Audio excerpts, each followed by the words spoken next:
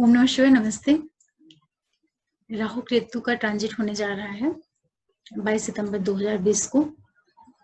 राहु मिथुन राशि से निकल करके वृषभ में आएंगे और केतु धनु राशि से निकल करके वृश्चिक में आएंगे। तो जो तुला लगन और राशि के लोग हैं उनके ऊपर किस तरह का ये गोचर अपना परिणाम देगा, उसी के बारे में आपको बताना चाह रही हूँ।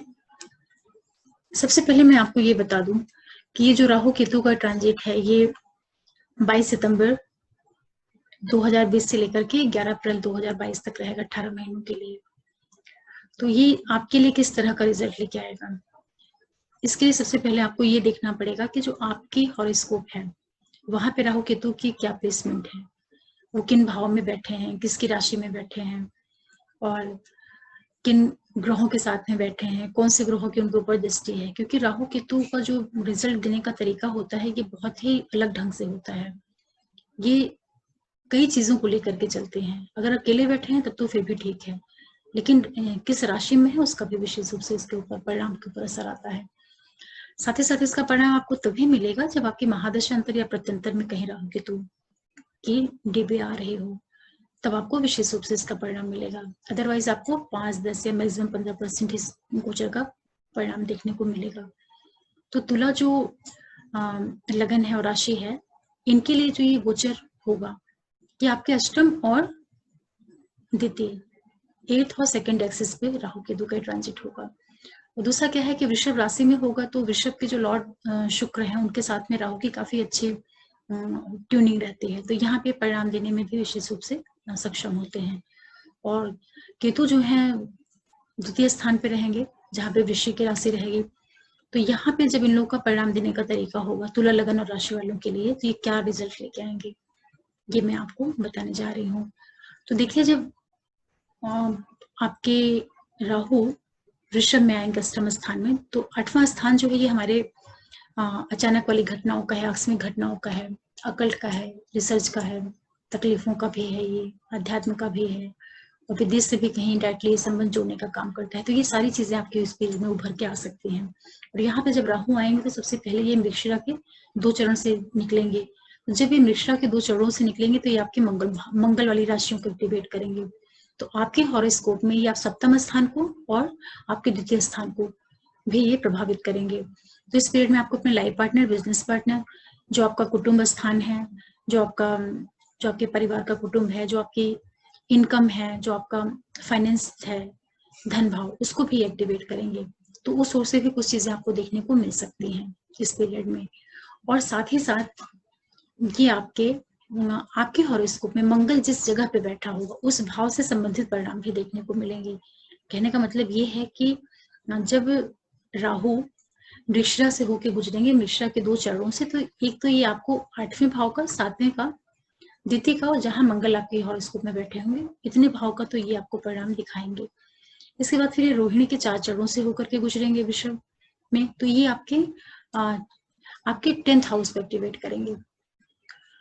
राहु जो है आपके 10वें भाव के प्रोफेशन को, आपके नेम फेम को और इन चीजों को ये आपकी लाइफ में उभार के ले आएंगे। तो हो सकता है कि इस पीरियड में कोई कार्य क्षेत्र से संबंधित कोई घटनाएं आपको देखने को मिले, उस ओर भी आपको कुछ अच्छा देखने को मिल सकता है। तुला जो राशि वाले लोग हैं और लगन वाले लोग, उनके लिए। और वहां पे काफी टाइम तक रहेंगे क्योंकि रोहिणी के 4 चरणों से होकर के गुजरेंगे। तो इस पीरियड में आपको एक चीज और भी ध्यान रखना है कि जब भी राहु जब भी चंद्रमा के नक्षत्र से गुजरता है, तो ये व्यक्ति के अंदर कभी कभी स्मोकिंग और ड्रिंकिंग इस तरह की हैबिट्स भी, मतलब गलत खान पान का तरीका भी डेवलप कर देता है। क्योंकि जो अपना ओरिजिनल वृषभ की राशि होती है वो द्वितीय स्थान पे होती है। हालांकि ये तो द्वितीय स्थान से संबंधित चीजें भी ये कहीं ना कहीं एक्टिवेट करने का काम करेंगे इनडायरेक्टली, तो उस ओर भी आपको विशेष रूप से सावधानी रखनी है। और राहु का ये ट्रांजिट हो रहा है ये आपके मोक्ष त्रिकोण में हो रहा है, तो मोक्ष त्रिकोण में होने की वजह से आपके 4थे भाव को, 12वें और अष्टम, इन चारों से संबंधित भी परिणाम आपको देखने को मिल सकता है। क्योंकि एक में अगर कोई प्लैनेट ट्रांजिट कर रहा है तो उसका जो ट्राइन है उसको भी उभार देता है, उसको भी एक्टिवेट कर देता है। तो इस तरीके से तुला वालों के लिए इन भावों से संबंधित भी परिणाम देखने को मिल सकता है। आध्यात्मिकता की ओर भी आपका रुझान बढ़ सकता है, धर्म कर्म की ओर, ईश्वर की ओर, और विदेश से भी कोई आपका संबंध बन सकता है। फिर जब आपके कृतिका के 3 चरणों से होके गुजरेंगे तो ये आपके सूर्य को एक्टिवेट करेंगे, सूर्य की राशि। तो आपका एकादश भाव जो है आपकी समस्त इच्छा पूर्ति का जो भाव है वो भाव भी आपका एक्टिवेट होगा 18 महीनों के लिए। तो इस पीरियड में हो सकता है कि आपको अपने बड़े भाई से, फ्रेंड सर्कल से, या आपकी ओवरऑल जो इनकम वगैरह है वो भी बढ़ सकती है। राहु का जो ट्रांजिट है आपको उस ओर से भी कोई अच्छा परिणाम दिखा सकता है, ला सकता है आपकी लाइफ में। तो इस तरीके से जो तुला लगन राशि के लोग हैं उनको ये परिणाम राहु देंगे।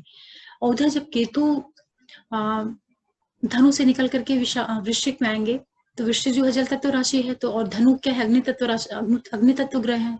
तो जब एक अग्नि तत्व ग्रह का गोचर होगा जल तत्व राशि में, तो किस तरीके से परिणाम देगा, आग और जल का संबंध रहेगा। तो इसको आप समझ सकते हैं। यहाँ पे सबसे पहले ज्येष्ठा के 4 चरणों से होकर गुजरेंगे। तो जब ये ज्येष्ठा के 4 चरणों से होकर गुजरेंगे तो ज्येष्ठा जो है ये आपके बुध की राशियों को एक्टिवेट करेंगे।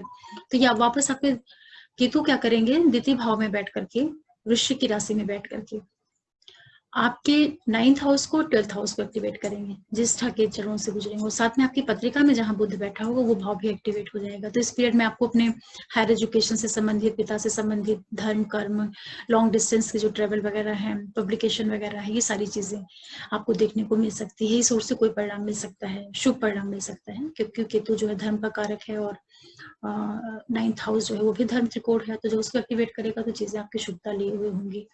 और 12वां भाव भी एक्टिवेट होगा तो वो भी आपके लिए ईश्वर की ओर रुझान बढ़ना, विदेश से संबंधित कोई चीजें हैं वो भी आपकी लाइफ में आ सकती हैं। कोई विदेशी कंपनी या कुछ भी हॉस्पिटलाइजेशन से रिलेटेड कोई चीजें हो वो भी आपको देखने को मिल सकती हैं। तो थोड़ा आप अपने स्वास्थ्य वगैरह के लिए भी केयरफुल रहिएगा, किसी से वाद विवाद भी नहीं करिएगा, क्योंकि 12वां भाव भी जब एक्टिवेट होगा तो संभावना बनती है कि उसमें बहुत सी चीजें आती हैं, जैसे जेल वगैरह है, प्रिजन है, वो सारी चीजें आती हैं। तो उस वक्त भी आपको थोड़ा सचेत रहना पड़ेगा।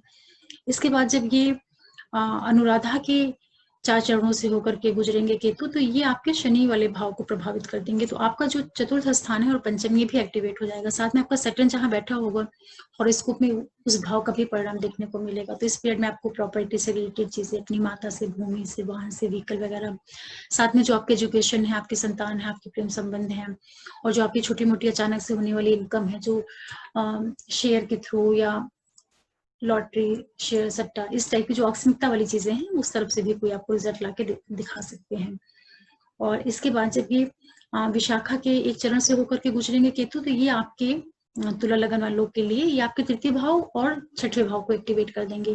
तो इस पीरियड में हो सकता है कि कोई शॉर्ट डिस्टेंस ट्रेवल है, या आप कि जो कम्युनिकेशन वगैरह है, आपका छोटे भाई बहन वगैरह है, आपका जो फ्रेंड सर्कल है इंटरनेट के थ्रू, इन लोगों से संबंधित भी कुछ चीजें आपको देखने को मिल सकती हैं। साथ ही साथ छठा भाव एक्टिवेट होगा तो छोटे मोटे रोग, ऋण और छोटी मोटी लड़ाइयाँ, झगड़े, कोई कंपटीशन वगैरह है, इस टाइप की चीजों की थोड़ा सा सचेत होकर चलिएगा, सावधानी रखते हुए, क्योंकि उससे संबंधित भी कुछ परिणाम देखने को मिल सकते हैं।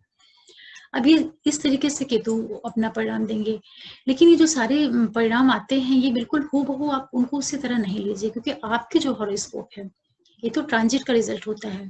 तो मतलब एक जनरल परिणाम होता है कि कोई भी प्लेनेट पर्टिकुलर राशि से होकर के अगर गुजर रहा है तो वो जिन नक्षत्रों से होकर गुजर रहा है तो उन भावों को उभारेगा। किसी की कोई भी कुंडली हो, किसी भी हॉरोस्कोप, किसी भी लगन की पत्रिका हो, वो उन भावों को एक्टिवेट कर देगा। लेकिन ये वास्तव में जो परिणाम निकल के आएगा वो उस इंडिविजुअल की जो हॉरोस्कोप होगी उसमें जो ग्रह हैं और जो राशियां हैं, राशि का लॉर्ड होकर के जो ग्रह बैठा हुआ है उसकी क्या एक्चुअल प्लेस है, वो परिणाम को बहुत ज्यादा परिवर्तित कर देती है। इसलिए फाइनल रिजल्ट के लिए हमेशा अपनी पत्रिका की ही एनालिसिस करवानी चाहिए। ये तो जनरल किसी भी ट्रांजिट का जनरल फलित होता है, प्रिडिक्शन होता है। तो इसको एक आप जानकारी के लिए देख सकते हैं, सोच सकते हैं, लेकिन इससे आप एकदम फाइनल रिजल्ट अपने मन में नहीं बैठाया करिए। और इसके साथ मैं आप लोगों से रिक्वेस्ट करूंगी कि अगर आप लोग ये वीडियो मेरा पहली बार देख रहे हैं और आपको अच्छा लगे तो आप प्लीज सब्सक्राइब करें, मेरे चैनल को लाइक करें, शेयर करें अपने फ्रेंड सर्कल में, और बेल आइकन को दबा के रखें, इससे कोई नया वीडियो डालूं तो आप लोगों तक पहुंचे और अधिक से अधिक लोगों तक एस्ट्रोलॉजी की जानकारी पहुंचे। और आशा करती हूँ कि आपको मेरे इस एनालिसिस से थोड़ी बहुत जानकारी मिली होगी, क्योंकि ज्योतिष बहुत विस्तार वाला सब्जेक्ट है, बहुत बहुत बड़ा है ये विषय। अगर इसमें सारी चीजें नहीं बता पाते, बहुत सी चीजें छूट जाती हैं, हो सकता है बहुत सी त्रुटियां भी रह जाती हों, क्योंकि इतने कम टाइम में किसी वीडियो को बनाना तो सारी चीजें कवर भी नहीं हो पाती हैं।